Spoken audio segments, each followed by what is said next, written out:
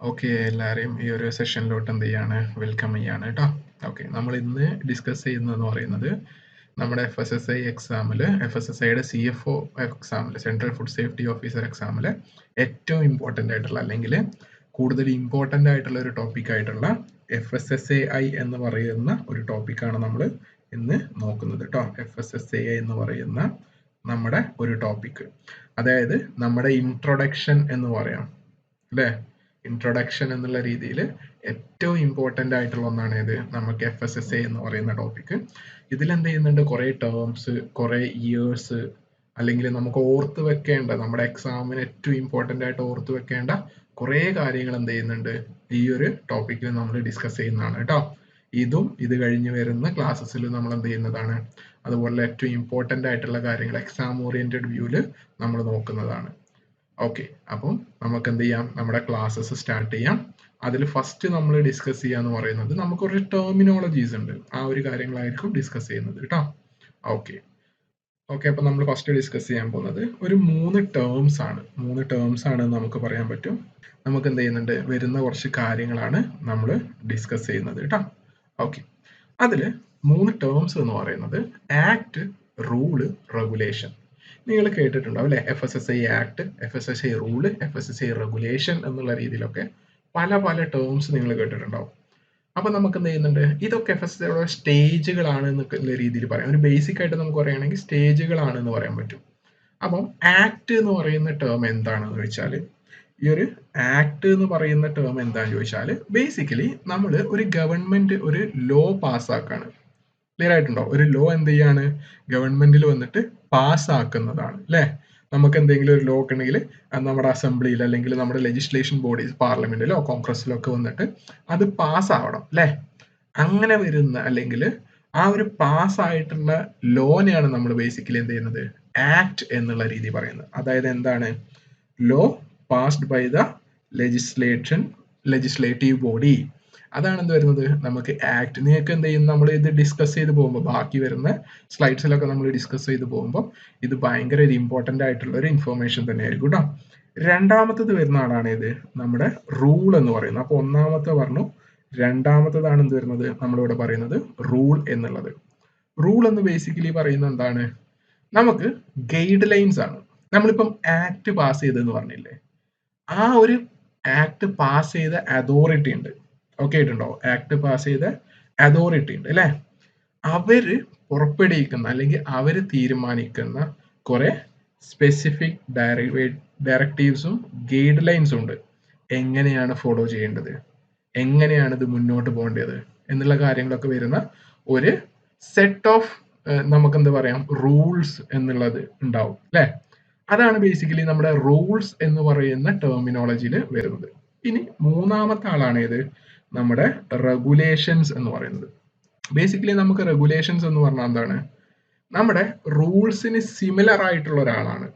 Clear ആയിട്ടുണ്ടോ, റൂൾസിന് similar ആയിട്ടുള്ള ഒരാളാണ്. ബട്ട് റൂൾസ് എന്ന് പറയുന്നത് സ്പെസിഫിക് ആയിരിക്കും. നമുക്കറിയാം അല്ലെ, നമ്മളിപ്പം ഒരു MBDയുടെ ഒരു റൂൾ എന്ന് പറഞ്ഞാൽ ഒരു എന്ത് ചെയ്യുന്ന ഒഫൻസിന് അല്ലെങ്കിൽ എന്തെങ്കിലും ഒരു കാര്യത്തിന് സ്പെസിഫിക് ആയിട്ടുള്ള ഒന്നായിരിക്കും, അല്ലെങ്കിൽ അതിന് വേണ്ടിയിട്ടുള്ള ഒരു ഗൈഡ് ലൈൻ ആയിരിക്കും നമുക്ക് എന്ത് വരുന്നത്, റൂൾസിൽ വരുന്നത്. ബട്ട് നമുക്ക് റെഗുലേഷൻ എന്ന് പറഞ്ഞാൽ കുറച്ചും കൂടി ബ്രോഡർ ആയിട്ട് വൈഡ് ആയിട്ടുള്ള കുറച്ച് ഇൻസ്ട്രക്ഷൻസ്, ഓക്കെ ആയിട്ടുണ്ടോ, അല്ലെങ്കിൽ ഒഫീഷ്യൽ ഇൻസ്ട്രക്ഷൻസ് അല്ലെങ്കിൽ കൺട്രോൾസ് എന്നുള്ള രീതി, ഒഫീഷ്യൽ കൺട്രോൾസ് എന്നുള്ള രീതിയിലൊക്കെ പറയാൻ പറ്റും. ക്ലിയർ ആയിട്ടുണ്ടോ? ആ രീതിയിൽ വരുന്നതാണ് ഇത് നമ്മുടെ റെഗുലേഷൻസ് എന്ന് പറയുന്നത്. ക്ലിയർ ആണെന്ന് വിചാരിക്കുന്നു കേട്ടോ. അതിൽ തന്നെ എന്ത് ചെയ്യുന്നു, നമുക്ക് ഇത് ആരാണ് പുറപ്പെടുവിക്കുന്നത് വെച്ചാൽ, ആരാണോ ആക്ട് പുറപ്പെടുവിച്ചിട്ടുള്ളത്, ആരാണോ റൂൾസ് പുറപ്പെടുവിച്ചിട്ടുള്ളത് അല്ലെ, ആ ഒരു സെയിം അതോറിറ്റി തന്നെയാണ് എന്ത് വരുന്നത്, നമ്മുടെ ഈ ഒരു റെഗുലേഷൻസും പുറപ്പെടുവിക്കുന്നത്. ഇതിന്റെ ഒരു മെയിൻ യൂസ് അല്ലെങ്കിൽ എന്തിനു വേണ്ടിയിട്ടാണ് ഓൾറെഡി റൂൾ ഉണ്ട് അല്ലെ, പിന്നെ എന്തിനാ റെഗുലേഷൻസ് ചോദിച്ചാല്, നമ്മൾ ഈ റൂൾസിന്റെ ഒക്കെ കാര്യങ്ങളും ആ ഒരു നടത്തിപ്പ് എന്നൊക്കെ പറയില്ലേ നമ്മള്, അതൊക്കെ കറക്റ്റ് ആയിട്ട് നടക്കുന്നുണ്ട്, കംപ്ലയൻസിൽ നടക്കുന്നുണ്ട് എന്നും അത് എൻഫോഴ്സ് ചെയ്യാനൊക്കെ വേണ്ടിയിട്ടാണ് ഇത് ബേസിക്കലി നമ്മൾ ഈ റെഗുലേഷൻസ് എന്ന് പറയുന്നത് വരുന്നത്. അപ്പൊ 3 ടേംസ് ആണ് വരുന്നത്, ആക്ട്, റൂള്, റെഗുലേഷൻ. ആക്ട് എന്ന് പറഞ്ഞാൽ നമുക്ക് എന്താണ്, ആ ഒരു പാസ് ചെയ്തിട്ടുള്ള ലോ ആണ് പറയുന്നത്. നമ്മുടെ ആ ഒരു ലെജിസ്ലേറ്റീവ് ബോഡി അവർ കൂട്ടത്തോടെ എടുത്തിട്ടുള്ള ഒരു തീരുമാനം അല്ലെ, ഇന്നൊരു കാര്യം നിലവിൽ വരണം എന്നുള്ള രീതിയിൽ പറഞ്ഞിട്ടുള്ള ഒരു കാര്യം. ആ ഒരു കാര്യത്തിൽ വരുന്ന കുറച്ച് ഡയറക്റ്റീവ്സും ഗൈഡ് ലൈൻസിനെയാണ് നമ്മൾ റൂൾ എന്ന് പറയുന്നത്. ഇനി അതിനെ തന്നെ കുറച്ചും കൂടി ബോർഡർ ആയിട്ട് അല്ലെങ്കിൽ വൈഡർ ആയിട്ട് നമ്മൾ കാണുമ്പോഴാണോ അതിനെ നമ്മൾ റെഗുലേഷൻസ് എന്ന് പറയും. ക്ലിയർ ആയിട്ടുണ്ട് എന്ന് വിചാരിക്കുന്നു നിങ്ങൾക്ക് കേട്ടോ. ഓക്കെ, അപ്പം നെക്സ്റ്റ് വരുന്നതാണ് ഇത് നമ്മുടെ FSSAIയുടെ ഒരു ഇൻട്രൊഡക്ഷൻ വേണം അല്ലെ. നമ്മൾ FSSAI ആണ് എടുക്കുന്നത്. അപ്പം FSSAIക്ക് എന്ത് ചെയ്യണം, ഒരു ഇൻട്രൊഡക്ഷൻ വേണം എന്നുള്ളതാണ്. ഓക്കെ ആണല്ലോ അല്ലെ. അതില് കുറച്ച് കാര്യങ്ങളാണ് പറയുന്നത്. എന്നാണ് നിലവിൽ വന്നത് അല്ലെങ്കിൽ എന്നാണ് എസ്റ്റാബ്ലിഷ്ഡ് ആയിട്ടുള്ളത്. ശ്രദ്ധിക്കണം, എന്നാണ് നിലവിൽ വന്നത്, എന്നാണ് എസ്റ്റാബ്ലിഷ്ഡ് ആയിട്ടുള്ളത് എന്നുള്ളതാണ് ഫസ്റ്റ് വണ്. വന്നിട്ടുള്ള എന്താണ്, 5th August 2011.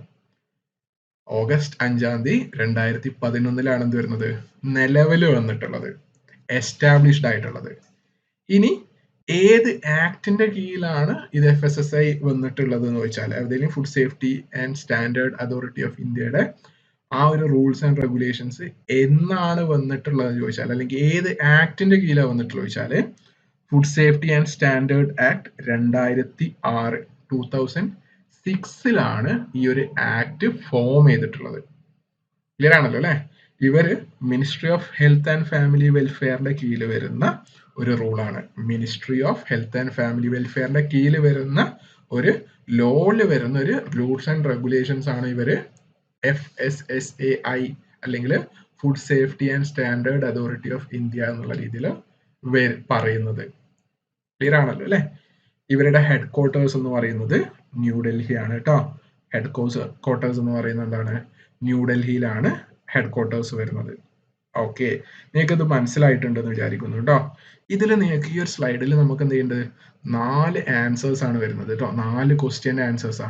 എസ്റ്റാബ്ലിഷ്മെന്റ് ഇയർ, ഏത് ആക്ടിന്റെ കീഴിലാണ് വന്നിട്ടുള്ളതെന്നും, ആരുടെ, ഏത് അതോറിറ്റിയുടെ അല്ലെങ്കിൽ ഏത് അഡ്മിനിസ്ട്രേഷന്റെ, ഏത് മിനിസ്ട്രിയുടെ കീഴിലാണ് വന്നിട്ടുള്ളതെന്നും, ഹെഡ് ക്വാർട്ടേഴ്സ് എവിടെയാണ്. ക്ലിയർ ആണല്ലോ അല്ലെ. 4 ക്വസ്റ്റ്യന്റെ ആൻസേഴ്സ് ആണ് ഇതിൽ വന്നിട്ടുള്ളത്. ഓക്കെ ഓക്കെ, ഇനി നമ്മൾ എന്ത് ചെയ്യാണ്, ഒരു ഇൻട്രൊഡക്ഷൻ എന്നുള്ള രീതിയിൽ ഒന്നും കൂടി നമ്മൾ വൈഡർ ആക്കാണ് കേട്ടോ. ഒന്നും കൂടി നമ്മൾ എന്ത് ചെയ്യാണ്, വൈഡർ ആക്കി പോവാണ്. ഓക്കെ, ബേസിക്കലി നമുക്ക് എന്ത് ചെയ്യുന്നത്, നമ്മുടെ FSSAI എന്ന് പറയുന്ന ആ ഒരു ബോഡി ഉണ്ട് അല്ലെ, നമ്മുടെ ഒരു ബോഡി ഉണ്ട് എന്ന് മനസ്സിലായി ഇപ്പൊ നിങ്ങൾക്ക്. ഓക്കെ, ആ ഒരു ബോഡി എന്ന് പറഞ്ഞാൽ ബേസിക്കലി ഓട്ടോണമസ് ബോഡി ആണെന്ന് പറയാൻ പറ്റും. അപ്പൊ എന്താണ് ഈ ഓട്ടോണമസ് ബോഡി എന്ന് പറഞ്ഞാല്, സ്വയം അല്ലെങ്കിൽ എന്ത് ചെയ്യുന്നുണ്ട്, നമുക്ക് ഓട്ടോണമസ് നമ്മൾ എന്ത് ചെയ്യുക, മലയാളത്തിൽ പറയുകയാണെങ്കിൽ നമുക്ക് പറയാൻ പറ്റുന്ന ഒന്നാണിത്, സ്വയംഭരണം കഴിയുന്നവർ അല്ലെ, സ്വയം ഭരിക്കാൻ കഴിയുന്നവർ. അതാണ് ഓട്ടോണമസ് എന്ന് പറയുന്നതിന്റെ മീനിങ് വരുന്നത്, ഒരു മലയാളം മീനിങ് വരുന്നത് അല്ലെ. അപ്പൊ FSSAI എന്ന് പറഞ്ഞാൽ ഓട്ടോണമസ് ബോഡിയാണ്, സ്വന്തമായിട്ട് ഭരിക്കാൻ കഴിയുന്ന അല്ലെങ്കിൽ സ്വന്തമായിട്ട് അവർക്ക് എന്ത് ചെയ്യുന്നുണ്ട്, ഒരു നമുക്ക് എന്ത് പറയാൻ പറ്റും, സ്വന്തമായിട്ട് റൂൾസും റെഗുലേഷൻസും കാര്യങ്ങളൊക്കെ കൊണ്ടുവരാൻ കഴിയുന്ന ഒരു ബോഡിയാണ് ഇത് നമ്മുടെ FSSAI എന്ന് പറഞ്ഞാൽ. നമ്മൾ ഓൾറെഡി പറഞ്ഞു എന്താണ്, നമ്മുടെ ministry of health and family വെൽഫെയറിന്റെ കീഴിലാണ് ഇവർ വരുന്നത്, ഗവൺമെന്റ് ഓഫ് ഇന്ത്യയുടെ കീഴിൽ അല്ലെ. ഓക്കെ, എന്തിനു വേണ്ടിയിട്ടാണ് എന്തിനു വേണ്ടിയിട്ടാണ്, പർപ്പസ് എന്താണ്, ഈ ഒരു ആക്ട് കൊണ്ടുവരാനുള്ള പർപ്പസ് എന്താണെന്ന് ചോദിച്ചാൽ, ബേസിക് ആയിട്ടുള്ള പർപ്പസ് എന്ന് പറഞ്ഞാൽ ലോസ് കാര്യങ്ങളൊക്കെ കൺസോളിഡേറ്റ് ചെയ്യുക എന്നുള്ളതാണ്. എല്ലാ ലോകളും കാര്യങ്ങളും കൺസോളിഡേറ്റ് ചെയ്യുക, ഒരുമിച്ച് കൂട്ടിയിട്ടുള്ള അല്ലെ, ഒറ്റ കുട കീഴിലാക്കുന്ന ഒരു പ്രോസസ്സാണ് ബേസിക്കലി എന്ത് വരുന്നത്, ഈ ഒരു ആക്ടിന്റെ പർപ്പസ് അല്ലെങ്കിൽ ആവശ്യകത എന്ന് പറയുന്നത്. ക്ലിയർ ആണല്ലേ.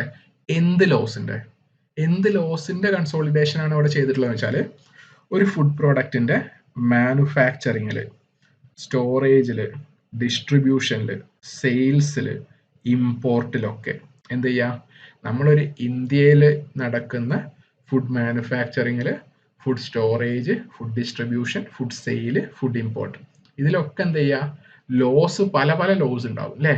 ഈ ലോസിനൊക്കെ എന്ത് ചെയ്യുക, ഒരൊറ്റ കുടക്കീഴിൽ കൊണ്ടുവരാൻ വേണ്ടിയിട്ട്, ആയിട്ട് കൺസോളിഡേറ്റ് ചെയ്യാൻ വേണ്ടിയിട്ടാണ് ഇത് നമുക്ക് ബേസിക് ആയിട്ട് ഈ ഒരു ആക്ട് അല്ലെങ്കിൽ ഈ ഒരു റൂള് നിലവിൽ വന്നിട്ടുള്ളത് അല്ലെങ്കിൽ കൊണ്ടുവന്നിട്ടുള്ളത് എന്ന് പറയാൻ പറ്റും. ക്ലിയർ ആണല്ലോ അല്ലെ.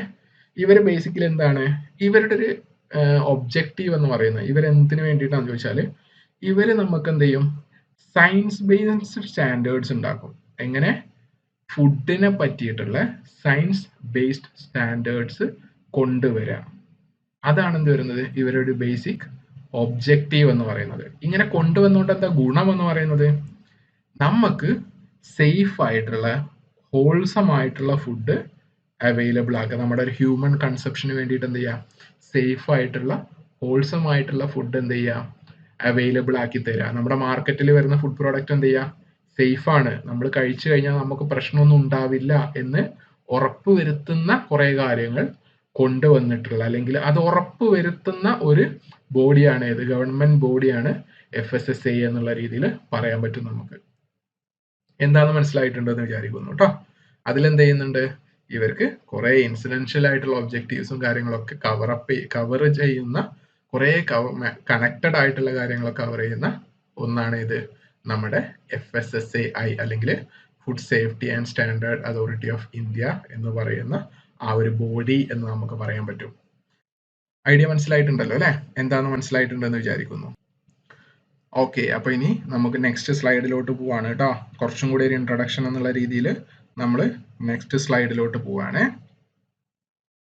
ഓക്കെ, അപ്പോൾ നമ്മൾ പറഞ്ഞ കുറച്ച് കാര്യങ്ങൾ കൂടി നമ്മൾ ഡിസ്കസ് ചെയ്യാണ് ഇവിടെ. എന്ത് ചെയ്യുന്നു നമ്മൾ ഹെഡ് ഓഫീസ് നേരത്തെ പറഞ്ഞ കാര്യമാണ് അല്ലെ. ഹെഡ് ഓഫീസ് എവിടെയാണ്? ന്യൂഡൽഹിയിലാണ് എന്ത് വരുന്നത് നമ്മുടെ FSSAIയുടെ ഹെഡ് ഓഫീസ് വരുന്നത്. ഇനി നമ്മൾ ആക്ട് 2006 വന്നിട്ടുള്ളത് എന്നറിയാം അല്ലെ. FSSAIയുടെ ആക്ട് 2006 ഒരു ഡേറ്റ് പറഞ്ഞാൽ എന്താണ്? ഓഗസ്റ്റ് 23, 2006 എന്നുള്ളതാണ്. ക്ലിയർ ആയിട്ടുണ്ടോ? ഓഗസ്റ്റ് 23, 2006 ഇത് നമ്മൾ ആ ഒരു ബില്ല് നമുക്ക് പാർലമെന്റിൽ പാസ്സായിട്ടുള്ളത്. ബട്ട് അപ്പൊ തന്നെ എന്ത് ചെയ്തിട്ടില്ല, ഒരു ആക്ട് എസ്റ്റാബ്ലിഷ് ആയിട്ടില്ല. ഒഫീഷ്യലി എസ്റ്റാബ്ലിഷ് ആയിട്ടുള്ളത് ഓഗസ്റ്റ് 5, 2008 ഓഗസ്റ്റ് 5, 2008 എന്ത് വരുന്നത് അത് ഒഫീഷ്യലി എസ്റ്റാബ്ലിഷ് ആയിട്ടുള്ളത്. ഓക്കെ ആണല്ലോ അല്ലെ. ഇനി ഒഫീഷ്യലി എസ്റ്റാബ്ലിഷ് ആയിട്ടുള്ളത് അത് റൂൾസ് ആൻഡ് റെഗുലേഷൻ ആയിട്ട് മാറിയിട്ടുള്ളത് 2011 2011 നമ്മൾ എന്ത് ചെയ്തിട്ടുണ്ട് ഡേറ്റ് നേരത്തെ നമ്മൾ ഡിസ്കസ് ചെയ്തു അല്ലെ. 2011 എന്ത് വരുന്നത് നമുക്ക് നിലവിൽ വന്നിട്ടുള്ളതെന്ന് പറയാൻ പറ്റും. 2011 എന്ന് പറയുമ്പോൾ 5th ഓഗസ്റ്റ് അല്ലെ. 5th ഓഗസ്റ്റ് 2011 എന്നുള്ളതായിരുന്നു അല്ലെ ഡേറ്റ് വന്നിട്ടുള്ളത്. ഈ ഒരു ഡേറ്റിലാണ് എന്ത് വരുന്നത് അല്ലെങ്കിൽ ആ ഒരു 2011 എന്ന് പറയുന്ന ഇയറിലാണ് കംപ്ലീറ്റ്ലി ഓപ്പറേഷണൽ ആയിട്ട് വന്നിട്ടുള്ളത്. ക്ലിയർ ആയിട്ടുണ്ടോ? കംപ്ലീറ്റ്ലി ഓപ്പറേഷണൽ ആയിട്ട് വന്നിട്ടുള്ളത്. ഇനി നമുക്ക് ക്വസ്റ്റ്യൻ പരമായിട്ട് നോക്കുമ്പോൾ നമുക്ക് വരാവുന്ന 4 ക്വസ്റ്റ്യൻസ് ആണ് നമ്മൾ ഡിസ്കസ് ചെയ്യുന്നത് കേട്ടോ. ക്വസ്റ്റ്യൻ പരമായിട്ട് നോക്കുമ്പോൾ വരുന്ന 4 ക്വസ്റ്റ്യൻസ് അതിൽ വരുന്നതാണ് ഇത് ചെയർമാനും സിഇഒയും. ഇപ്പത്തെ ചെയർമാനും അതുപോലെ തന്നെ എന്ത് ചെയ്യുന്നത് നമ്മുടെ ഫസ്റ്റിലെ ചെയർമാൻ ഇമ്പോർട്ടൻ്റ് ആണ്. അതുപോലെ തന്നെയാണ് സിഇഒയുടെ കാര്യം, ഇപ്പത്തതും അതുപോലെ തന്നെ ഫസ്റ്റിലെയും എന്ന് പറയാൻ പറ്റും. ഓക്കെ, ഫസ്റ്റിലെ ചെയർമാന് പുണ്യസലില ശ്രീവാസ്തവ അല്ലെങ്കിൽ PS ശ്രീവാസ്തവ എന്നുള്ള രീതിയിലാണ് വരിക കേട്ടോ. അതായത് പുണ്യസലില ശ്രീവാസ്തവ എന്ന് പറയുന്ന അല്ലെങ്കിൽ PS ശ്രീവാസ്തവ എന്നുള്ള ആളാണ് എന്ത് വരുന്നത്, അദ്ദേഹമാണ് എന്ത് വരുന്നത് നമ്മുടെ ഇപ്പത്തെ ചെയർമാനായിട്ട് വരുന്നത്, കറണ്ട് ചെയർമാനായിട്ട് വരുന്നത്. ഇനി ഫസ്റ്റ് ചെയർമാൻ ആരാന്ന് ചോദിച്ചാൽ അതായത് നമുക്ക് എന്ത് ചെയ്യുന്നുണ്ട് വളരെ ഇമ്പോർട്ടൻ്റ് ആയിട്ടുള്ള ഒരാളാണ്. കാരണം FSSAI ഓപ്പറേഷൻ തുടങ്ങിയിട്ട് ഫുള്ളി ഓപ്പറേഷനായിട്ട് ഫസ്റ്റ് ചെയർമാനാണ് ഇത് PI സുവരഥൻ എന്ന് പറയുന്ന ആള്. PI സുവരഥൻ അല്ലേ. ഓക്കെ, നമ്മൾ എന്ത് ചെയ്യുന്ന PI സുവരഥനെ പറ്റിയിട്ടാണ് പറഞ്ഞിട്ടുണ്ടായിരുന്നു അല്ലേ. അതിലെന്ത് ചെയ്യുന്നത് ആളെന്ന് പറഞ്ഞാൽ നമുക്ക് ഈ ഒരു FSSAIയുടെ ചെയർമാൻ പോസ്റ്റിലും CEO പോസ്റ്റിലൊക്കെ എന്ത് ചെയ്യുന്നുണ്ട് ബേസിക്കലി IAS ഓഫീസേഴ്സ് ആണ് അത് വരുന്നത് നമുക്ക് കോമൺലി വരുന്നത് കേട്ടോ. ഓക്കെ, ഇനി നെക്സ്റ്റ് സിഇഒയിലോട്ട് വരികയാണെങ്കിൽ സിഇഒയിലോട്ട് വരികയാണെങ്കിൽ എന്ത് ചെയ്യുന്നത് കറണ്ട് ആയിട്ടുള്ള ഇപ്പത്തെ എന്ത് ചെയ്യുന്നുണ്ട് ജി കമല വർദ്ധന റാവു എന്ന് പറയുന്ന ആളാണ്. ശ്രീ ജി കമല വർദ്ധന റാവു എന്ന് പറയുന്ന ആളാണ് എന്ത് വരുന്നത് നമുക്ക് ഇപ്പൊ നമുക്ക് നമ്മുടെ CEO ആയിട്ട് FSSAIയുടെ CEO ആയിട്ട് നിലവിലുള്ളത്. ഇനി നമുക്ക് ഫസ്റ്റ് സിഇഒ എന്നുള്ള രീതിയിൽ പറയുകയാണെങ്കിൽ അങ്ങനെ ഒരു പോസ്റ്റ് ഇല്ല എന്നുള്ള രീതിയിൽ പറയാൻ പറ്റും. നമുക്ക് എന്ത് ചെയ്യുന്നുണ്ട്, സിഇഒ പോസ്റ്റും അതുപോലെ തന്നെ ഫസ്റ്റ് ചെയർമാൻ പോസ്റ്റും രണ്ടും കമ്പൈൻ ആയിട്ടാണ് എന്ത് വരുന്നത്, PI സുവരഥൻ എന്ന് പറയുന്ന IAS ഓഫീസർ എന്ത് ചെയ്തിട്ടുള്ളത്, ഹാൻഡിൽ ചെയ്തിട്ടുള്ളത്. ആ ഒരു റീസൺ കൊണ്ടൊക്കെ തന്നെയാണ് എന്ത് വരുന്നത്, നമുക്ക് ആള് ഒരു ഇമ്പോർട്ടൻ്റ് ആയിട്ടുള്ള ഒരാളാണ് അല്ലെങ്കിൽ ഇമ്പോർട്ടൻ്റ് ആയിട്ടുള്ള പേഴ്സൺ ആണ് എന്നുള്ള രീതിയിൽ നമ്മൾ പറയുന്നത് കേട്ടോ. ഓക്കെ, അപ്പം ഒരു ബേസിക് ആയിട്ടുള്ള ഐഡിയ കിട്ടിയെന്ന് വിചാരിക്കുന്നു നിങ്ങൾക്ക്. ഒരു FSSAIന്റെ ഒരു ഫസ്റ്റിലെയും ലാസ്റ്റിലെയും അല്ലെങ്കിൽ ഇപ്പൊ കറണ്ടിലെയും അല്ലെങ്കിൽ ആ ഒരു ആക്ട് പുറപ്പെടുവിച്ചിട്ടുള്ളതും റെഗുലേഷൻ നിലവിൽ വന്നിട്ടുള്ളതൊക്കെ ആയിട്ടുള്ള എന്ത് ചെയ്തിട്ടുണ്ട് നിങ്ങൾക്ക് മനസ്സിലായി എന്ന് വിചാരിക്കുന്നു. ഇനി നെക്സ്റ്റ് നോക്കുന്നതാണ് ഏത്, നമ്മുടെ FSSAIയുടെ ഗവർണൻസ് സെക്ഷൻ എന്ന് പറയുന്നത്. FSSAIയുടെ ഒരു ഗവേണൻസ് സെക്ഷൻ ആണ് ഇത് നമ്മൾ നെക്സ്റ്റ് നോക്കാൻ പോകുന്നത് കേട്ടോ. ഓക്കെ, അപ്പം FSSAI ഗവേണൻസ് എന്നുകൊണ്ട് നമ്മൾ ഉദ്ദേശിക്കുന്നത് എവിടെയൊക്കെയാണ് അല്ലെങ്കിൽ ആരൊക്കെയാണ് എന്നുള്ള കാര്യങ്ങളാണ് നമ്മൾ ബേസിക് ആയിട്ട് ഡിസ്കസ് ചെയ്യുന്നത് കേട്ടോ. അതിൽ നമ്മൾ ഓൾറെഡി പറഞ്ഞ നിങ്ങളോട് വീണ്ടും വീണ്ടും പറയാൻ കാരണം ഇമ്പോർട്ടൻ്റ് ആയിട്ടുള്ളൊരു ടേം ആണ്. ഹെഡ് ക്വാർട്ടേഴ്സ് എന്ന് പറയുന്നത് നമുക്ക് എവിടെയാ, ഡൽഹിയിലാണ്. ന്യൂ ഡൽഹിയിലാണ് ഇത് വരുന്നത്, നമ്മുടെ ഹെഡ് ക്വാർട്ടേഴ്സ് വരുന്നത്. ഇവർക്ക് എന്ത് ചെയ്യുന്നുണ്ട്, നമ്മുടെ ഈ ഒരു FSSAIയുടെ ഗവർണൻസിൽ 6 റീജിയണൽ ഓഫീസുകളുണ്ട്. നമുക്കറിയാം ഹോൾ ഇന്ത്യ എന്ന് പറയുന്നതിൽ ഒരൊറ്റ ഒരു ഹെഡ് ക്വാർട്ടേഴ്സ് ഉണ്ടായത് കൊണ്ടോ അല്ലെങ്കിൽ ഒരു ഓഫീസ് ഉണ്ടായത് കൊണ്ടോ മാത്രം നമുക്ക് കൺട്രോൾ ചെയ്യാൻ പറ്റില്ല അല്ലെ. അതിന് വേണ്ടിയിട്ട് എന്ത് ചെയ്യുന്നുണ്ട്, പല പല ക്വാർട്ടറിൽ അല്ലെങ്കിൽ പല പല റീജിയണിൽ നമുക്ക് ഓരോ ഓഫീസുകളുണ്ട്. അവിടെ നമ്മൾ പറയുന്ന ടേമാണ് റീജിയണൽ ഓഫീസേഴ്സ്. 6 എണ്ണമാണ്. ഓക്കെ ആയിട്ടുണ്ടോ, 6 എണ്ണമാണ് എന്ത് വരുന്നത്, നമുക്ക് റീജിയണൽ ഓഫീസേഴ്സ് വരുന്നത്. നമുക്ക് ഇനി വരുന്നതെന്ന് പറയുന്നത് 6 റീജിയൻസ് ഏതാണെന്നും ആ റീജിയൻസിൽ എവിടെയാണ് ആ റീജിയണൽ ഓഫീസ് സ്ഥിതി ചെയ്യണമെന്നും ഇമ്പോർട്ടൻ്റ് ആണ്. അതിൽ നമുക്ക് പറയാം സൗത്ത് വെസ്റ്റേൺ റീജിയൻ, നമ്മുടെ കേരളത്തിൽ ഉൾപ്പെടുന്ന സൗത്ത് വെസ്റ്റേൺ റീജിയനിൽ വരുന്നത് കൊച്ചിയിലാണ് വരുന്നത്. കൊച്ചിയിലാണ് എന്ത് വരുന്നത്, നമ്മുടെ FSSAI റീജിയണൽ ഓഫീസ് വരുന്നത്. ഓക്കെ, ഇനി സദേൺ റീജിയനിൽ വരുന്നത് ചെന്നൈയിലാണ്. സദേൺ റീജിയനിൽ വരുന്നത് ചെന്നൈയിലാണ്. വെസ്റ്റേൺ റീജിയനിൽ വരുന്നത് മുംബൈയിലും നോർത്ത് ഈസ്റ്റേൺ റീജിയനിൽ വരുന്നത് ഗുവാഹട്ടിയിലും ഈസ്റ്റേൺ റീജിയനിൽ കൊൽക്കത്തയും. ഓക്കെ ആണല്ലോ അല്ലെ, 5 എണ്ണം പറഞ്ഞു കേട്ടോ. South western, southern, western, north eastern, eastern. ഇനി വേറൊന്ന് വരുന്നത് നോർത്തേൺ റീജിയൻ എന്നുള്ള രീതിയിലാണ്. അവിടെ നമുക്ക് ഡൽഹിയിൽ തന്നെയാണ് എന്ത് വരുന്നത്, നമ്മുടെ റീജിയണൽ ഓഫീസും നമ്മുടെ ഹെഡ് ക്വാർട്ടേഴ്സ് ഉണ്ട് അല്ലെ. ആ ഒരു ഹെഡ് ക്വാർട്ടേഴ്സ് തന്നെ എന്ത് ചെയ്യുന്നുണ്ട്, ഒരു ഡബിൾ ഫങ്ഷനിങ് അല്ലെങ്കിൽ 2 ആളായിട്ട് ആക്ട് ചെയ്യാണ്. ഹെഡ് ക്വാർട്ടേഴ്സ് ആയിട്ടും റീജിയണൽ ഓഫീസ് ആയിട്ടും എന്ത് ചെയ്യുന്നുണ്ട്, ആക്ട് ചെയ്യുന്നുണ്ട്.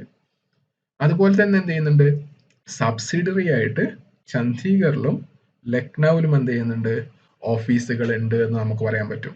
ചണ്ഡീഗറിലും ലക്നൌവിലും എന്ത് ചെയ്യുന്നുണ്ട്, റീജിയണൽ ഓഫീസേഴ്സ് എന്നുള്ള രീതിയിൽ നമ്മൾ കൺസിഡർ ചെയ്യാറില്ലെങ്കിലും വർക്കിംഗ് ഓഫീസേഴ്സ് എന്നുള്ള രീതിയിൽ പറയാറുണ്ട് നമ്മൾ. ഇൻ കേസ് നിങ്ങളോട് ചോദിക്കുകയാണ്, അപ്പം നിങ്ങൾക്ക് എന്ത് ചെയ്യാൻ പറ്റും, മനസ്സിലാക്കി വെക്കാൻ പറ്റും കേട്ടോ.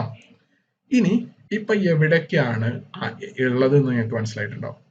ഇനി നോക്കുന്നത് ആരൊക്കെയാണ് ഇതിലുള്ളത് എന്നുള്ളതാണ്.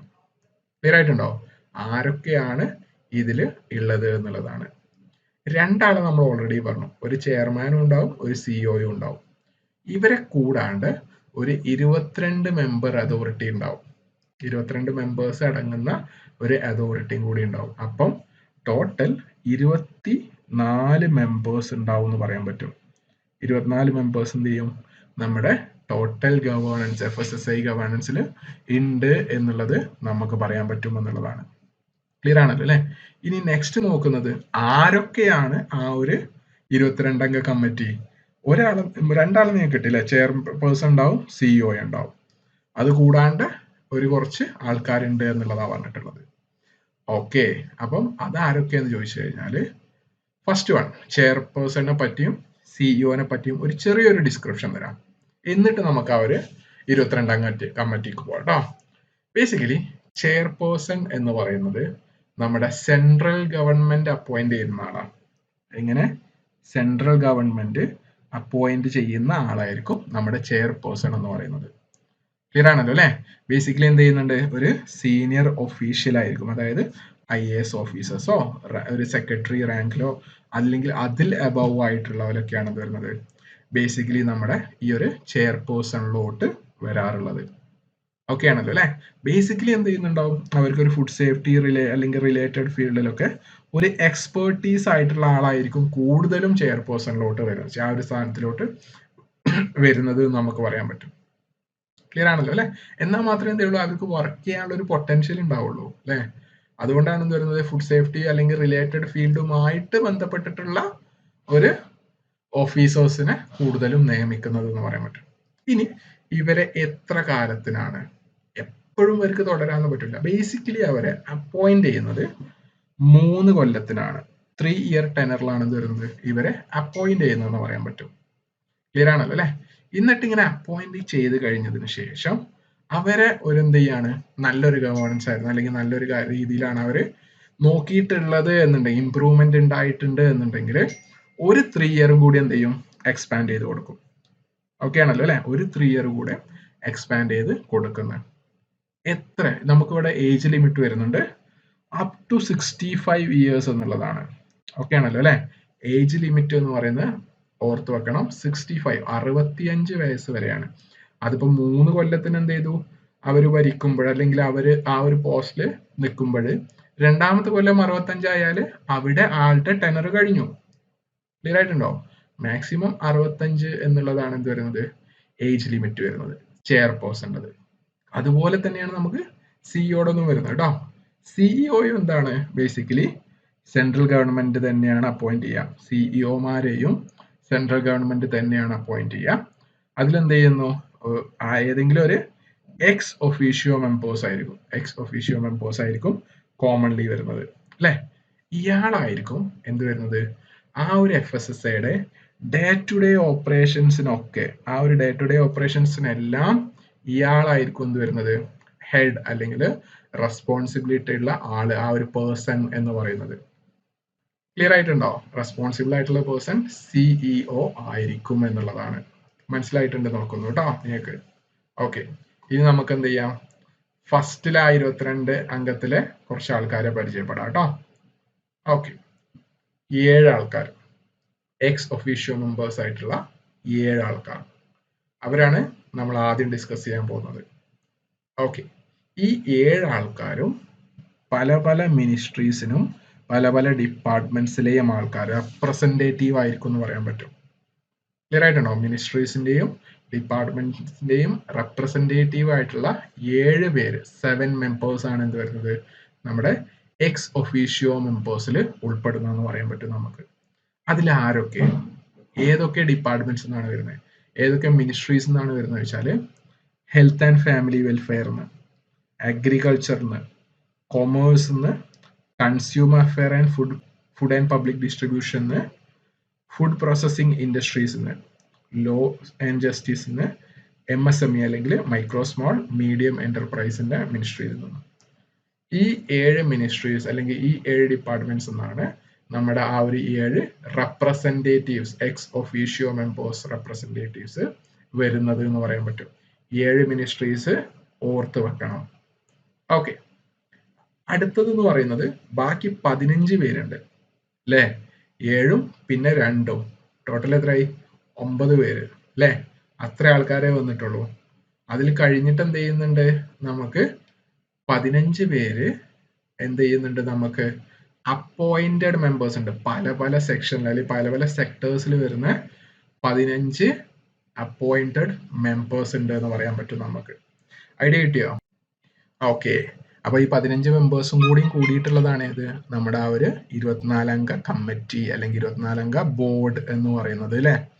ഓക്കെ, അപ്പൊ ഈ 15ൽ ആരൊക്കെ വരുന്നത് എന്നുള്ളതാണ് നമ്മൾ നോക്കുന്നത് കേട്ടോ. 15 അംഗ കമ്മിറ്റിയിൽ അപ്പോയിന്റഡ് മെമ്പേഴ്സിൽ ഇനി ആരൊക്കെ വരുന്നുണ്ട് എന്നുള്ളതാണ് നമ്മൾ നോക്കാൻ പോകുന്നത്. അതിൽ വരുന്നവരാണ് ഏത്, 3 റെപ്രസെന്റേറ്റീവ്സ്. എങ്ങനെ, 3 ആൾക്കാര് ഫുഡ് ഇൻഡസ്ട്രിയിൽ നിന്നുണ്ടാവും. ഓക്കെ ആയിട്ടുണ്ടോ? 3 ആൾക്കാര് ഫുഡ് ഇൻഡസ്ട്രിയിൽ നിന്ന്. അതിൽ തന്നെ ഒരാൾ എന്ത് ചെയ്യണം, നമ്മുടെ ഒരു സ്മോൾ സ്കെയിൽ ഇൻഡസ്ട്രിയുടെ റെപ്രസെന്റേറ്റീവ് ആവണം. ക്ലിയർ ആയിട്ടുണ്ടോ? 3 ആൾക്കാർ എന്ത് ചെയ്യുന്നുണ്ട്, നമ്മുടെ ഫുഡ് ഇൻഡസ്ട്രി എന്ന് വരുന്നുണ്ട്. അതിൽ തന്നെ ഒരാള് നമ്മുടെ സ്മോൾ സ്കെയിൽ ഇൻഡസ്ട്രിയുടെ റെപ്രസെൻറ്റേറ്റീവ് ആവണം. ഇനി 2 പേര് നമുക്ക് എന്ത് ചെയ്യുന്നു, കൺസ്യൂമർ ഓർഗനൈസേഷനിൽ നിന്ന്, അതായത് കൺസ്യൂമേഴ്സ്, കോമൺ പേഴ്സൺസ്, കൺസ്യൂമേഴ്സിൽ നിന്ന് എന്ത് ചെയ്യുന്നുണ്ട്, 2 റെപ്രസെൻറ്റേറ്റീവ്സ് ഉണ്ട്. ക്ലിയർ ആണല്ലോ അല്ലെ? പിന്നെ വരുന്നതെന്ന് പറയുന്നത് 5 ആൾക്കാർ. 5 ആൾക്കാർ എന്ന് പറയുന്നത് നമ്മുടെ ഫുഡുമായിട്ട് ബന്ധപ്പെട്ടുള്ള ഫുഡ് സയൻസ്, അഗ്രികൾച്ചർ അല്ലെങ്കിൽ റിലേറ്റഡ് ആയിട്ടുള്ള എല്ലാം ഓക്കെ ആണല്ലോ അല്ലെ? ആ ഒരു 3 സെക്ഷൻസ് 5 ആൾക്കാരുണ്ടാവും. ആ ഒരു 3 സെക്ഷൻസിൽ, അല്ലെങ്കിൽ 3 സെക്ഷൻസ് മീൻസ് റിലേറ്റഡ് ഫീൽഡ് കുറെ ഉണ്ട് അല്ലെ? ഫുഡ് സയൻസ് അല്ലെങ്കിൽ ഫുഡ് മൈക്രോബയോളജി, ഫുഡ് ബയോടെക്നോളജി എന്ന് പറഞ്ഞ പല പല ഫീൽഡ് ഉണ്ട്. അതിൽ നിന്ന് വരുന്ന 5 എമിനന്റ് എക്സ്പേർട്സുകൾ നമ്മുടെ കമ്മിറ്റിയിലെ FSSAIയുടെ ബോഡിയിൽ ഉണ്ടാവും എന്നുള്ളതാണ്. ക്ലിയർ ആണല്ലേ? ഇവരൊരു ബേസിക് ആയിട്ടുള്ള റൊട്ടേഷണൽ ബേസിക്സിൽ എന്ത് ചെയ്യും, അവർ മാറിക്കൊണ്ടേ നിൽക്കും കേട്ടോ. റെപ്രസെന്റേഷൻസ് എന്ന് പറയുന്നത് ഇവര് മാറിക്കൊണ്ടേ നിൽക്കും. ഇനി എന്ത് ചെയ്യുന്നത്, നെക്സ്റ്റ് വരുന്നതെന്ന് പറയുന്നത് 2 പേര് എന്ത് ചെയ്യുന്നുണ്ട്, ഫാർമർ ഓർഗനൈസേഷനിൽ നിന്ന് വരുന്നുണ്ട്. 2 പേര് ഫാർമേഴ്സ് ഓർഗനൈസേഷനിൽ നിന്ന് വരുന്നുണ്ട്. ക്ലിയർ ആണല്ലേ? ഫാർമേഴ്സിനെ റെപ്രസെന്റ് ചെയ്തിട്ട്, കിസാനുകളെ റെപ്രസെന്റ് ചെയ്തിട്ട് എന്ത് ചെയ്യുന്നുണ്ട്, 2 പേര് വരുന്നുണ്ട്. ഇനി ഒരാള് റീറ്റെയിലേഴ്സ് ഓർഗനൈസേഷൻ എന്നാണ്. റീറ്റെയിൽ ബിസിനസ്സിൽ, റീറ്റെയിലേഴ്സ് ഓർഗനൈസേഷനിൽ ഒരാൾ എന്ത് ചെയ്യുന്നുണ്ട്, നമ്മുടെ FSSAയിൽ വരുന്നുണ്ട് എന്നുള്ളതാണ്. ബാക്കി വരുന്ന 2 ആൾ, 24 ആകാൻ വേണ്ടിയിട്ട് ബാക്കി വരുന്ന 2 ആൾ എന്ത് ചെയ്യുന്നുണ്ട്, സ്റ്റേറ്റ് അല്ലെങ്കിൽ യൂണിയൻ ടെറിട്ടറിയുടെ റെപ്രസെന്റേറ്റീവ്സ് വരുന്നുണ്ട്.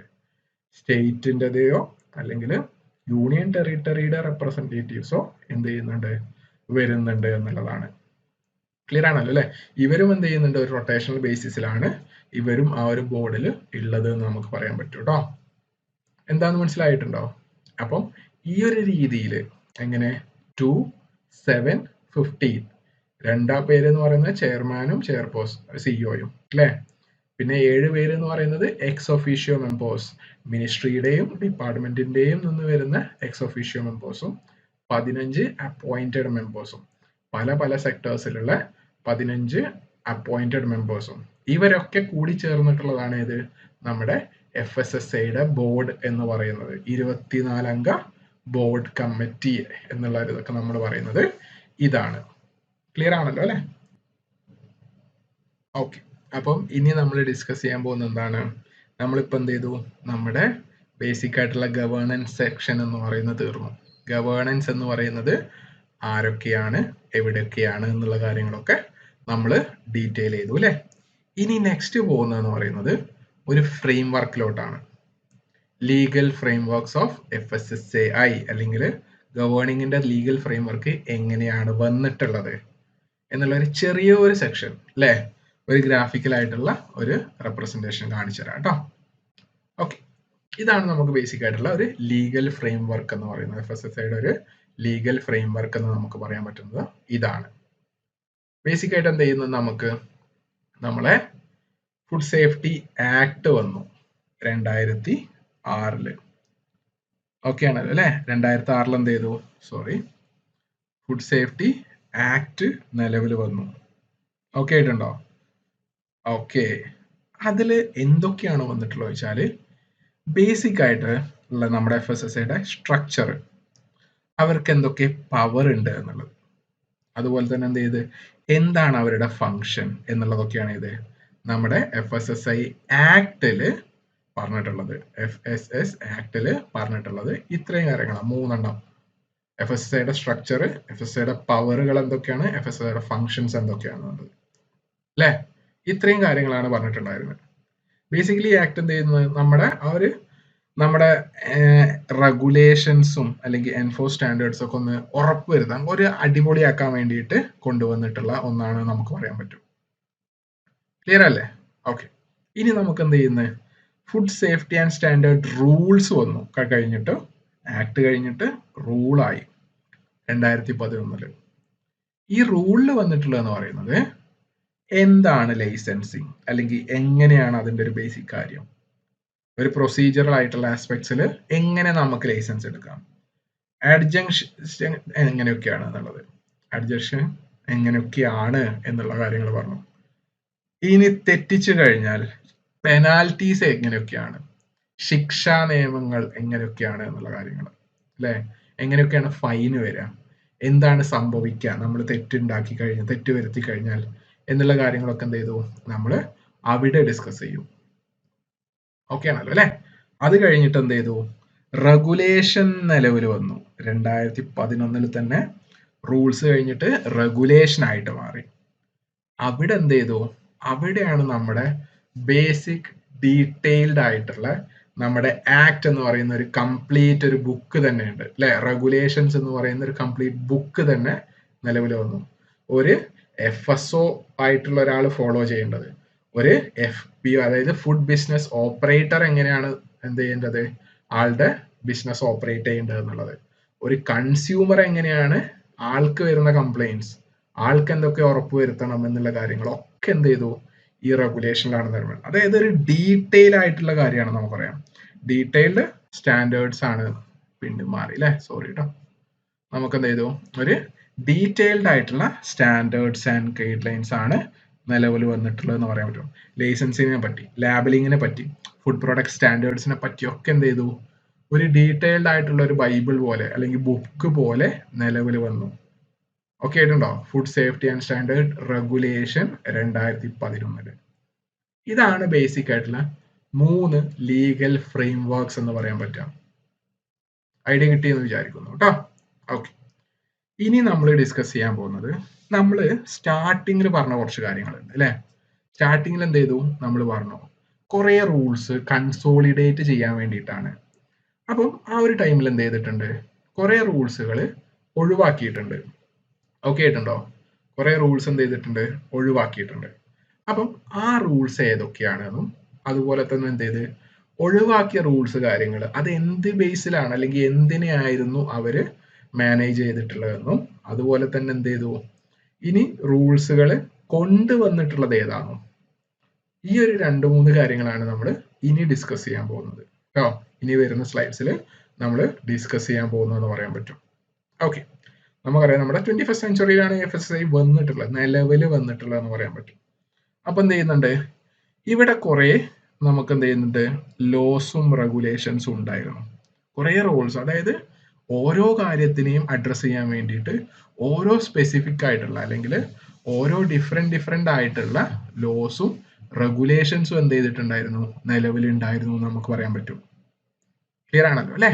ഓരോ റൂൾസും റെഗുലേഷൻസും എല്ലാം, ലോസ് കാര്യങ്ങളൊക്കെ സെപ്പറേറ്റ് ആയിരുന്നു ഓരോ കാര്യത്തിന് വേണ്ടിയിട്ടുള്ളത്. അങ്ങനെയുള്ള 8 ലോസ് ആണ് എന്ത് വരുന്നത്, റിപ്പൽ ചെയ്തിട്ടുള്ളത്. 8 ലോസ് ആണ് എന്ത് വരുന്നത്, നമ്മൾ ഒഴിവാക്കിയിട്ടുള്ളത് എന്നുള്ള രീതിയിൽ നമുക്ക് പറയാൻ പറ്റും. ക്ലിയർ ആണല്ലോ അല്ലെ. ഓക്കെ, അതിൽ 8 എണ്ണം ഏതൊക്കെയാണ്, ആ ഒരു ലോസ് ആരുമായിട്ട് അല്ലെങ്കിൽ എന്തുമായിട്ട് ബന്ധപ്പെട്ട് കിടക്കുന്നതാണ് എന്നുള്ള ഒന്ന് പറഞ്ഞുതരാം. ഫസ്റ്റ് ആണ് ഏത്, PFA അല്ലെങ്കിൽ prevention of food adulteration act എന്ന് പറയുന്നത്. 1954 ആ ഒരു ലോ നിലവിൽ വന്നിട്ടുള്ളത് കേട്ടോ.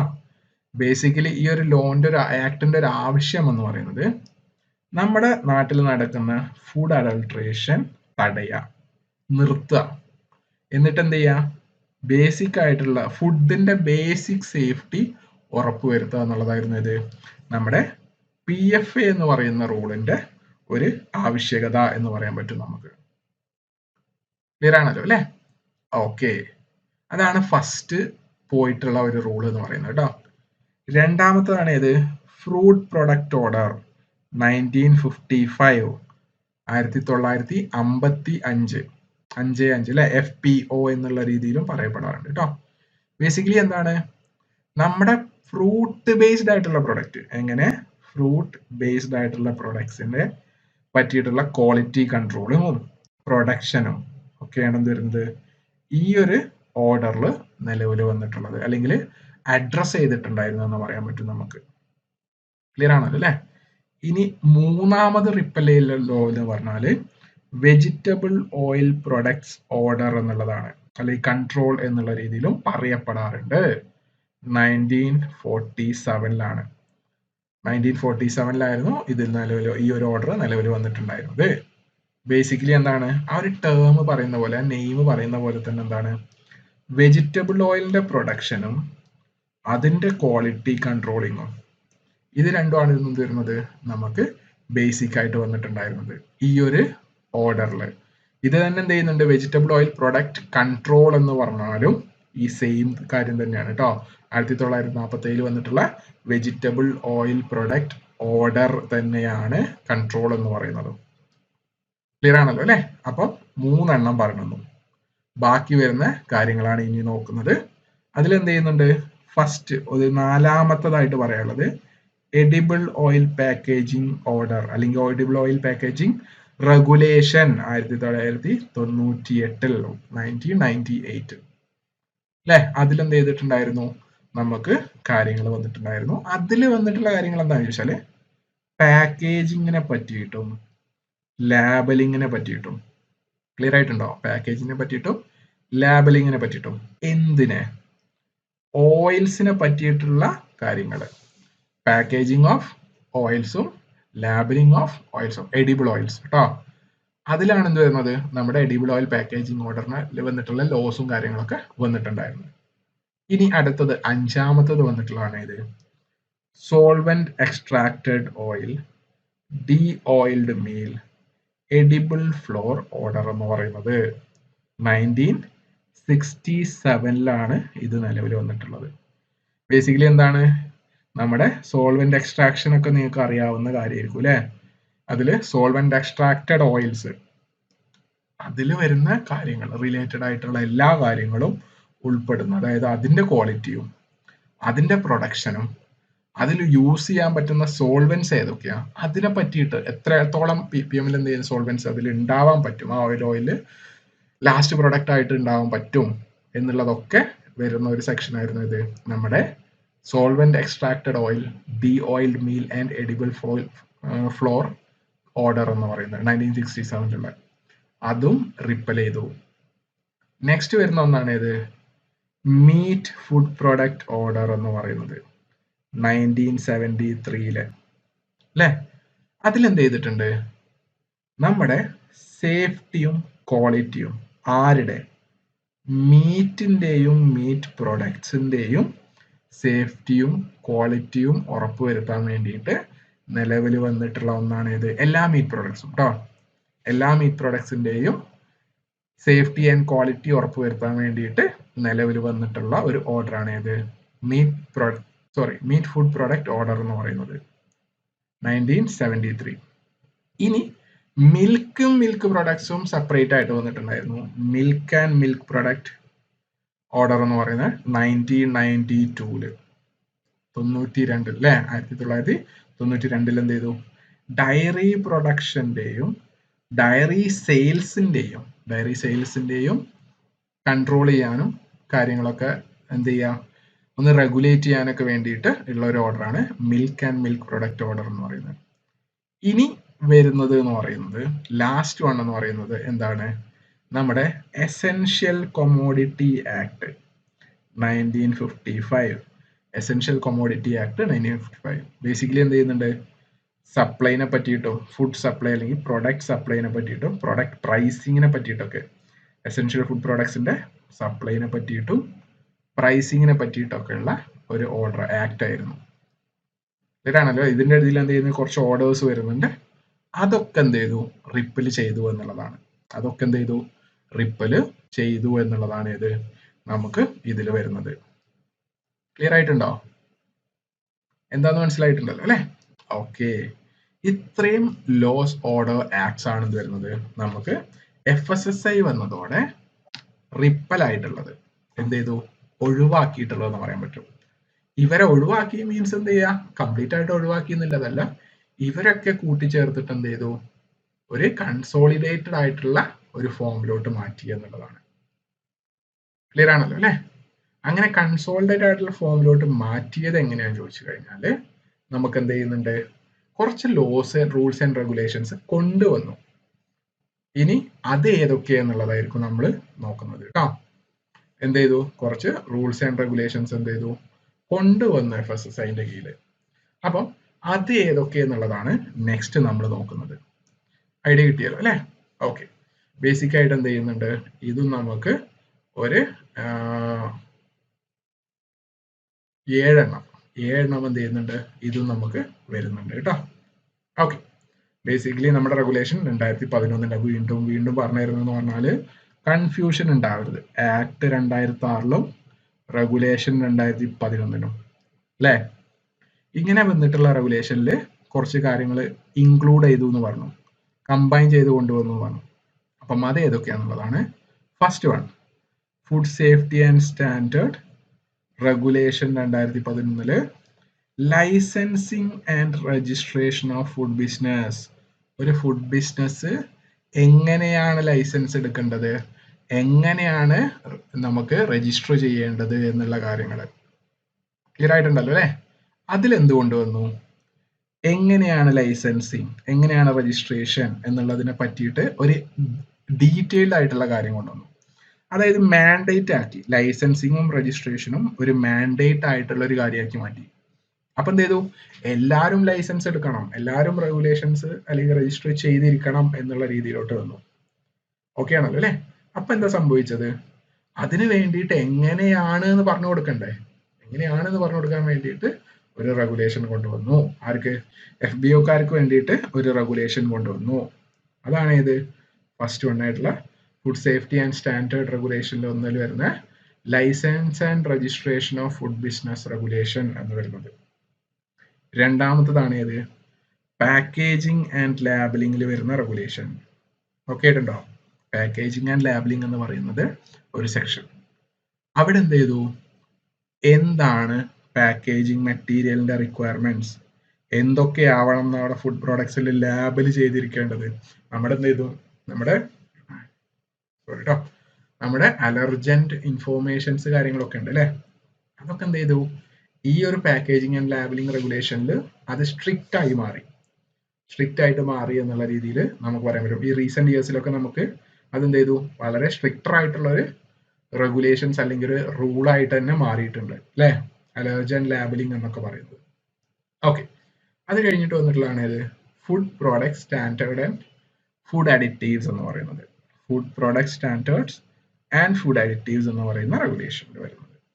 അവിടെ എന്താ പറയുന്നത്, ഒരു ഫുഡ് പ്രൊഡക്റ്റിന്റെ ബേസിക് ആയിട്ടുള്ള സ്റ്റാൻഡേർഡ്, അതിൽ യൂസ് ചെയ്യാൻ പറ്റുന്ന അഡിറ്റീവ്സ്, അതിൽ വരുന്ന കണ്ടാമിനൻസ്, അതിൽ വരുന്ന പ്രിസർവേറ്റീവ്സ് ഏതൊക്കെ ആഡ് ചെയ്തിട്ടുള്ളത് എന്നുള്ള കാര്യങ്ങളൊക്കെ ഡീറ്റെയിൽ ചെയ്യണം എന്നുള്ളത് പറഞ്ഞു. ഓക്കെ ആയിട്ടുണ്ടോ? ഡീറ്റെയിൽ ചെയ്യണം.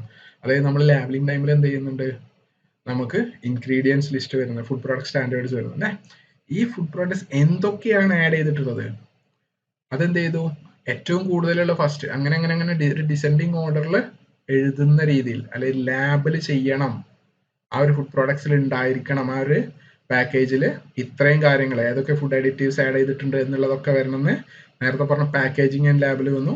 ഏതൊക്കെ ആഡ് ചെയ്യാം എന്നുള്ളത് എന്ത് ചെയ്തു, നമ്മുടെ ഈ ഒരു റെഗുലേഷനിൽ വന്നു. ഏതൊക്കെ പ്രിസർവേറ്റീവ്സ് ആഡ് ചെയ്യാം, അതന്നെ എത്ര ppm ആഡ് ചെയ്യാം എന്നുള്ളതൊക്കെ എന്ത് ചെയ്തു, ഈ ഒരു റെഗുലേഷനിലാണ് വന്നിട്ടുള്ളത്. ക്ലിയർ ആണല്ലോ അല്ലെ? എന്തൊക്കെ കണ്ടാമിനൻസ് ആയി കൺസിഡർ ചെയ്യണം, എന്തൊക്കെ കണ്ടാമിനൻസ് ആയിട്ട് എന്ത് ചെയ്യുന്നുണ്ട്, നമുക്ക് ആക്റ്റീവ് കണ്ടാമിനൻസ് ആയിട്ട് കൺസിഡർ ചെയ്യണം എന്നുള്ളതൊക്കെ ഈ ഒരു സ്റ്റാൻഡേർഡിലാണ് നമുക്ക് വന്നിട്ടുള്ളത്, ഈ ഒരു റെഗുലേഷന്റെ സെക്ഷനിലാണ് വന്നിട്ടുള്ളത് എന്ന് പറയാൻ പറ്റും. ക്ലിയർ ആണല്ലോ അല്ലെ? ഓക്കെ, ഇനി ബാക്കി വരുന്നതാണ് ഇത്, ഒന്ന് prohibition and restrictions of sale എന്ന് പറയുന്നത്. അതായത് food safety and standard regulation 2011 prohibition and restriction on sale. അതായത് സർട്ടൻ ഫുഡ് ഐറ്റംസ് നമുക്ക് കൊടുക്കാൻ പറ്റില്ല, വിൽക്കാൻ പറ്റില്ല, കൈവശം വെക്കാൻ പറ്റില്ല എന്നുള്ളതൊക്കെ ഈ ഒരു സെക്ഷനിലാണ് വന്നത്. അതായത് റെസ്ട്രിക്ട് ചെയ്യുന്നതും പ്രൊഹിബിറ്റ് ചെയ്യുന്നതും ഈ ഒരു സെക്ഷനിലാണ് വന്നിട്ടുള്ളത്. അതിനുശേഷം വന്നിട്ടുള്ളതാണ് ഇത് contaminants, toxins and residues.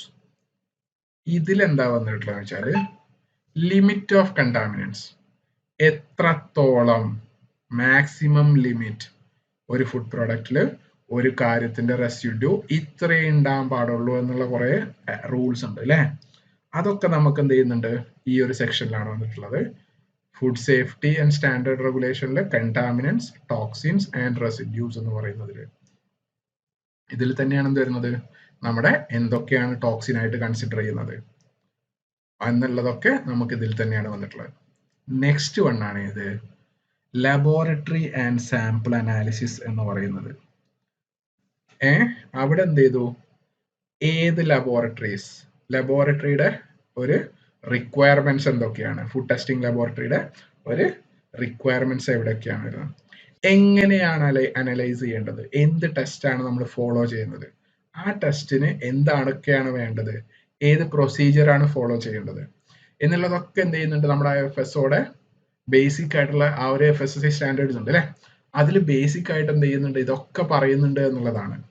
Testing മെത്തേഡ്സും analysis മെത്തേഡ്സും അതിൽ തന്നെ സാമ്പിളിംഗ് എത്രയാണ് എടുക്കേണ്ടത്, എങ്ങനെയാണ് സാമ്പിൾ എടുക്കേണ്ടത് എന്നുള്ളതൊക്കെ എന്ത് ചെയ്യുന്നുണ്ട്, ഈ ഒരു സെക്ഷനിൽ പറയുന്നുണ്ട് എന്നുള്ളതാണ്. Next, food imports. ഇന്ത്യയിലോട്ട് വരുന്ന ഏതൊരു ഫുഡ് പ്രോഡക്ട്സും ഈ ഒരു ഫുഡ് ഇമ്പോർട്ട് റെഗുലേഷൻ പാലിക്കണം എന്നുള്ളതാണ്. ചില ഫുഡ് പ്രോഡക്ട്സ് എന്ത് ചെയ്യുന്നുണ്ട്, നമുക്ക് കൊണ്ടുവരാൻ പറ്റില്ല, ചില ഫുഡ് പ്രോഡക്ട്സ് എന്ത് ചെയ്യും, കൊണ്ടുവരാൻ പറ്റും. അങ്ങനെ കുറെ ഫുഡ് പ്രോഡക്ട്സുകളുണ്ട് അല്ലെ, അതൊക്കെ നമ്മൾ ഈ ഒരു സെക്ഷനിലാണ് വരിക. ഓക്കെ ആയിട്ടുണ്ടോ? ഈ ഒരു ഫുഡ് ഇമ്പോർട്ട്സ് എന്നുള്ള രീതിയിലാണ് എന്ത് വരുന്നത്, ആ ഒരു കാര്യങ്ങളൊക്കെ വരിക എന്ന് നമുക്ക് പറയാൻ പറ്റും. ഐഡിയ കിട്ടിയിട്ടെന്ന് വിചാരിക്കുന്നു. 7 സെക്ഷൻസ് എന്ത് ചെയ്തു, ഇംപ്ലിമെന്റ് ചെയ്തു, നമ്മുടെ റെഗുലേഷൻസിൽ ഇംപ്ലിമെന്റ് ചെയ്തു എന്നുള്ളതാണ് അല്ലേ.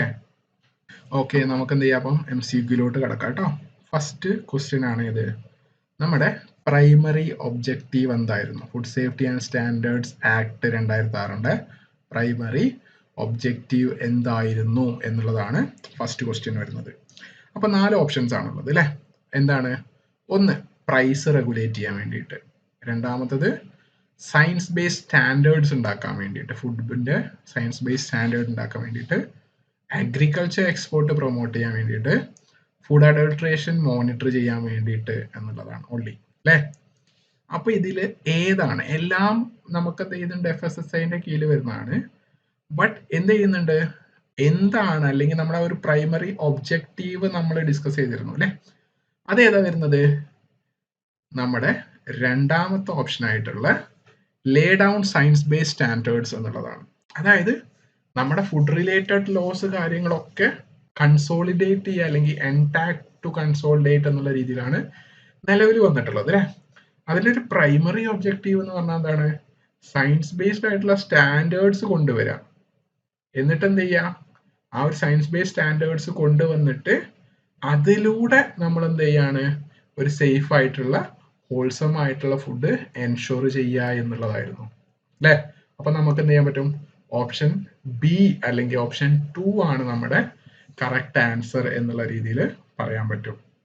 അതിനുശേഷം വരുന്ന ഒന്നാണ് ഇത് next question, food safety and standard rules and regulations നിലവിൽ വന്നത്, ഓപ്പറേഷനിൽ വന്നത് എന്നാണ് അല്ലെ. ഓപ്പറേഷനിൽ വന്നത് എന്നാണ്, കൺഫ്യൂഷൻ ഉണ്ടാവാൻ പാടില്ല കേട്ടോ. ഓക്കെ, അതില് നമുക്ക് 4 options, August 23, 2006, August 5, 2008, August 5, 2011, August 23, 2017 അല്ലെ. ഇതാണ് നമുക്ക് വന്നിട്ടുള്ള 4 ഓപ്ഷൻസ്. അപ്പം നമ്മൾ ഓൾറെഡി ഡിസ്കസ് ചെയ്താണ് ഈ ഡേറ്റ്സ് എന്ന് പറയുന്നത് ഇമ്പോർട്ടൻ്റ് ആണ് അല്ലെ. ഡേറ്റ്സ് നമുക്ക് വളരെ ഇമ്പോർട്ടൻ്റ് ആയിട്ടുള്ള ഒരു കാര്യമാണ് കേട്ടോ. ഈ ഒരു കംപ്ലീറ്റ് CFSO എക്സാമിൽ ഡേറ്റ് എന്ന് പറയുന്നത് ഭയങ്കര ഇമ്പോർട്ടൻ്റ് ആയിട്ടുള്ള കാര്യമാണ്. ഇതിന്റെ ആൻസർ എന്ന് പറയുന്നത് ബേസിക്കലി എന്താണ്, നമുക്ക് നമ്മുടെ തേർഡ് ഓപ്ഷൻ ആയിട്ടുള്ള ഓഗസ്റ്റ് 5, 2011 ആണ്. അതായത് rules and regulation fully operational ആയിട്ടുള്ളതാണ് ചോദിച്ചിട്ടുള്ളത് അല്ലേ. അവിടെ ഓഗസ്റ്റ് 5, 2011 ആണെന്നുള്ളതാണ്. ആക്ട് ആണ് ചോദിച്ചിട്ടുള്ളത് എന്നുണ്ടെങ്കിൽ ഓഗസ്റ്റ് 23, 2006 ആണ്. ഇനി ആക്ട് ഒഫീഷ്യലി എസ്റ്റാബ്ലിഷ് ചെയ്തിട്ടുള്ളതെന്ന് ചോദിച്ചാൽ ഓഗസ്റ്റ് 5, 2008 ആണ്. ക്ലിയർ ആണല്ലോ അല്ലെ. നമ്മളൊക്കെ ഇവിടെ ചോദിച്ചിട്ടുള്ളത് എന്താണ്, rules and regulation fully operational ആയിട്ടുള്ളത് എന്നാണ് എന്നുള്ളത് ചോദിച്ചിട്ടുള്ളത്. അപ്പൊ എന്താണ് കറക്റ്റ് ആൻസർ എന്ന് പറയുന്നത് ഓഗസ്റ്റ് 5, 2011 എന്നുള്ളതാണ്. ഓക്കെ ആണല്ലോ അല്ലെ. ഓക്കെ ഓക്കെ, അപ്പൊ നെക്സ്റ്റ് ക്വസ്റ്റ്യനിലോട്ട് പോവാണ്. ആരാണ് കറന്റ് CEO? ഏറ്റവും ലേറ്റസ്റ്റ് അപ്ഡേറ്റിൽ നിങ്ങൾ ഒരു കാര്യം ശ്രദ്ധിക്കണം. എന്താണ് നമ്മൾ ഇപ്പോഴത്തെ ഒരു ലേറ്റസ്റ്റ് അപ്ഡേറ്റിലാണ് നമ്മളിപ്പോൾ പറയുന്നത് അല്ലേ. ഇൻ കേസ് എന്തെങ്കിലും ചേഞ്ച് വന്നിട്ടുണ്ടെങ്കിൽ ആ ഒരു ഓപ്ഷൻ നമ്മൾ തരണം. അതായത് നമ്മൾ എപ്പോഴും അപ്ഡേറ്റ് ആയിരിക്കണം. FSSAയുടെ കാര്യത്തിൽ, ഈ ഒരു ലെജിസ്ലേഷന്റെ കാര്യത്തിൽ എന്ത് ചെയ്യുന്നുണ്ട്, എപ്പോഴും ഗവേണൻസ് സെക്ഷന്റെ കാര്യത്തിൽ എപ്പോഴും അപ്ഡേറ്റഡ് ആയിരിക്കണം. ഇപ്പൊ ചോദിച്ചിട്ടുള്ള എന്താണ്, ലേറ്റസ്റ്റ് അപ്ഡേറ്റിൽ ഈ ഒരു ഇൻസ്റ്റൻസിൽ ആരാണ് CEO, FSSAയുടെ CEO എന്നുള്ളതാണ്. PA സൂരതൻ വരുന്നുണ്ട് ഓപ്ഷനിൽ, ശ്രീ ജി കമലവർദ്ധൻ റാവു വരുന്നുണ്ട്, പുണ്യശൈല്യ ശ്രീവാസ്തവ വരുന്നുണ്ട്. ഇതിൽ ആരുമല്ല, നൺ ഓഫ് ദ അബവ്. ഇതാണ് ഓപ്ഷൻസ് വന്നിട്ടുള്ളത്.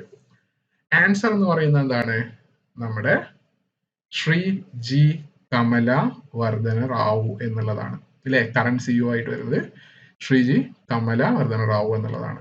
PA സൂരതൻ ആരായിരുന്നു, ഫസ്റ്റ് CEO ആണ് അല്ലേ. പുണ്യശൈലില ശ്രീവാസ്തവ, PS ശ്രീവാസ്തവ എന്ന് പറയുന്നത് നമ്മുടെ കറന്റ് ചെയർമാനുമാണ്. ക്ലിയർ ആണല്ലോ അല്ലേ. ഓക്കെ, അപ്പം ഇനി അടുത്തതാണ് നോക്കുന്നത്. ഈ കൂട്ടത്തിൽ ഈ ഓപ്ഷൻ 4 ഓപ്ഷൻ വന്നിട്ടുള്ളത് prevention of food adulteration act 1954, essential commodity act 1955, FPO fruit product order 1955, milk and milk products order 1992. ഇതില് ഏത് ലോ ആണ് എന്ത് ചെയ്തിട്ടില്ല, നോട്ട് റിപ്പൽഡ് കംപ്ലീറ്റ്ലി എന്നുള്ളതാണ്. FSSA ആക്ടിന്റെ ഇതില് നോട്ട് റിപ്പൽഡ് കംപ്ലീറ്റ്ലി എന്നുള്ളതാണ് ചോദിച്ചത്. നോട്ട് റിപ്പൽഡ് എന്ന് പറയുന്നത് ചില ഓർഡേഴ്സ് കംപ്ലീറ്റ് ആയിട്ട് നമുക്ക് എന്ത് ചെയ്യുന്നുണ്ട്, നമ്മൾ ആ ലാസ്റ്റ് എഴുതിയത് നിങ്ങൾ ശ്രദ്ധിച്ചിട്ടുണ്ടാവും അല്ലെ, ഓർഡേഴ്സ് എന്നുള്ള രീതിയിൽ, എസെൻഷ്യൽ കമോഡിറ്റി ആക്ടിൽ ഓർഡേഴ്സ് എന്നുള്ള രീതിയിൽ. ഇതിൽ എന്ത് ചെയ്യുന്നുണ്ട്, ചില ആക്ടുകൾ നമ്മൾ എന്ത് ചെയ്യും, അതൊക്കെ നമ്മൾ വരുന്ന ക്ലാസ് സെഷനിലൊക്കെ നോക്കൂട്ടോ. ഈ ഓരോ ആക്ടും റിപ്പൽ ചെയ്തതും റിപ്പൽ ചെയ്യാത്തതും നിലവിലുള്ളതും എല്ലാം എന്ത് ചെയ്യുന്നുണ്ട്, നമ്മൾ ഓരോ സെഷൻസ് ഡീറ്റെയിൽഡ് ആയിട്ട് നമ്മൾ പഠിക്കും. ഓക്കെ, അപ്പം ഇതിൽ ഏതാണ് നോട്ട് റിപ്പൽഡ് എന്നുള്ളത് വെച്ചിട്ടുള്ളത്. അപ്പൊ ആൻസർ ഞാൻ പറഞ്ഞു ഓൾറെഡി അല്ലേ. എസെൻഷ്യൽ കൊമോഡിറ്റി ആക്ട് ആണ് എന്ത് വരുന്നത്, റിപ്പൽ ചെയ്യാത്തത് എന്ന് പറയാൻ പറ്റും. ഓക്കെ ഉണ്ടോ, not a repealed law under food safety and standard act. അതിന്റെ ഒരു റീസൺ എന്ന് പറയുന്നത് 8 ലോസ് കംപ്ലീറ്റ്ലി റിപ്പൽ ചെയ്തു. ക്ലിയർ ആണല്ലോ അല്ലേ. ബട്ട് നമുക്ക് എന്ത് ചെയ്യുന്നുണ്ട്, 1955 വന്ന എസെൻഷ്യൽ കൊമോഡിറ്റി ആക്ട് എന്ന് പറയുന്നത് അത് നാഷണൽ ഫുഡ് ലെജിസ്ലേഷൻ എന്ന് പറയുന്ന സെക്ഷനിലോട്ട് വന്നിട്ടുണ്ട്. എങ്ങനെ, നാഷണൽ ഫുഡ് ലെജിസ്ലേഷൻ എന്ന് പറയുന്നതിലോട്ട് കണ്ടിന്യൂ ചെയ്തു, ഇവരങ്ങ് മാറ്റി. ക്ലിയർ ആയിട്ടുണ്ടോ. എന്നിട്ട് എന്ത് ചെയ്തു, അവിടെ സപ്ലൈ പ്രൈസിങ് കാര്യങ്ങളൊക്കെ റെഗുലേറ്റ് ചെയ്യാൻ ഇവരെ തന്നെ ആണ് വരുന്നത്, ഈ ഒരു ലോ തന്നെയാണ് വരുന്നത് എന്ന് പറയാൻ പറ്റും നമുക്ക്. ക്ലിയർ ആണല്ലോ അല്ലേ. ഓക്കെ, നെക്സ്റ്റ് ഒരു ഈസി ക്വസ്റ്റ്യൻ ആണ്, എത്ര റീജിയണൽ ഓഫീസസ് ഉണ്ട്. ഇത് എത്ര റീജിയണൽ ഓഫീസസ് ഉണ്ട് എന്നുള്ളതും നമുക്ക് എന്ത് ചെയ്യും, എല്ലാ കുറെ റീജിയണൽ ഓഫീസസ് ചോദിച്ചിട്ട് അതില് ഏതൊക്കെയാണ് കറക്റ്റ് ഓപ്ഷൻസ് എന്നും ചോദിക്കാം. ഇപ്പൊ ഈ 5 പകരം ചോദിക്കാണ്, പല പല സ്ഥലങ്ങൾ ചെയ്തു, പല പല സ്റ്റേറ്റുകൾ തന്നു അല്ലേ. എന്നിട്ട് എന്ത് ചെയ്തു, അതിൽ ഏതാണ് കറക്റ്റ് ഓപ്ഷൻ എന്ന് ചോദിച്ചു നിങ്ങളോട്. അപ്പൊ എങ്ങനെയാണ് നിങ്ങൾക്ക് പറയാൻ പറ്റുക എവിടെയൊക്കെയാണ് റീജിയണൽ ഓഫീസസ് ഉള്ളത് എന്ന് പറയാൻ പറ്റുക. നിങ്ങൾക്ക് ഒരു ഓപ്ഷൻ ഉണ്ടാവും, നിങ്ങൾ വിചാരിക്കുക കൊച്ചി, ചെന്നൈ, മുംബൈ, ഗുവാഹത്തി, കൊൽക്കത്ത, ഡൽഹി. അങ്ങനെ ഒരു ഓപ്ഷൻ ഉണ്ടെങ്കിൽ അതാണ് നിങ്ങൾ സെലക്ട് ചെയ്യേണ്ടത്. അപ്പൊ എത്ര എണ്ണം ആയി, ഇപ്പോ നമ്മൾ പറഞ്ഞതിൽ എത്ര എണ്ണം ആയി, 6 അല്ലെ. 6 റീജിയണൽ ഓഫീസസ് ആണ് നമുക്ക് വരുന്നതെന്ന് പറയാൻ പറ്റും. ക്ലിയർ ആണല്ലോ അല്ലെ, 6 റീജിയണൽ ഓഫീസസ്. ഓക്കെ, എവിടെയൊക്കെയാണ്, കൊച്ചി, ചെന്നൈ, മുംബൈ, ഗുവാഹത്തി, കൊൽക്കത്ത, ഡൽഹി. ഓക്കെ ആണല്ലോ അല്ലെ. ഓക്കെ, ഇനി നെക്സ്റ്റ് ചോദിച്ചിട്ടുള്ളതാണ് ഇത് പാക്കേജിംഗ് മെറ്റീരിയലും ലാബലിങ്ങിനെയും പറ്റിയിട്ടുള്ള ഏത് ലോ ആണ് വന്നിട്ടുള്ളത്. പാക്കേജിംഗ് മെറ്റീരിയൽ ആൻഡ് അതുപോലെ തന്നെ ലാബലിങ്ങിൽ വന്നിട്ടുള്ളത്. അതിൽ നമുക്ക് ഈസി ആയിട്ട് പറയാൻ പറ്റുന്ന ഒന്നാണ് ഇത്, നമ്മുടെ food safety and standard regulation 2011 packaging and labelling കാര്യങ്ങളായിരിക്കും വന്നിട്ടുണ്ടായത്. ഇതിൽ ക്വസ്റ്റ്യൻ കുറച്ചും കൂടി ട്വിസ്റ്റ് ആയിട്ട് ചോദിക്കാം.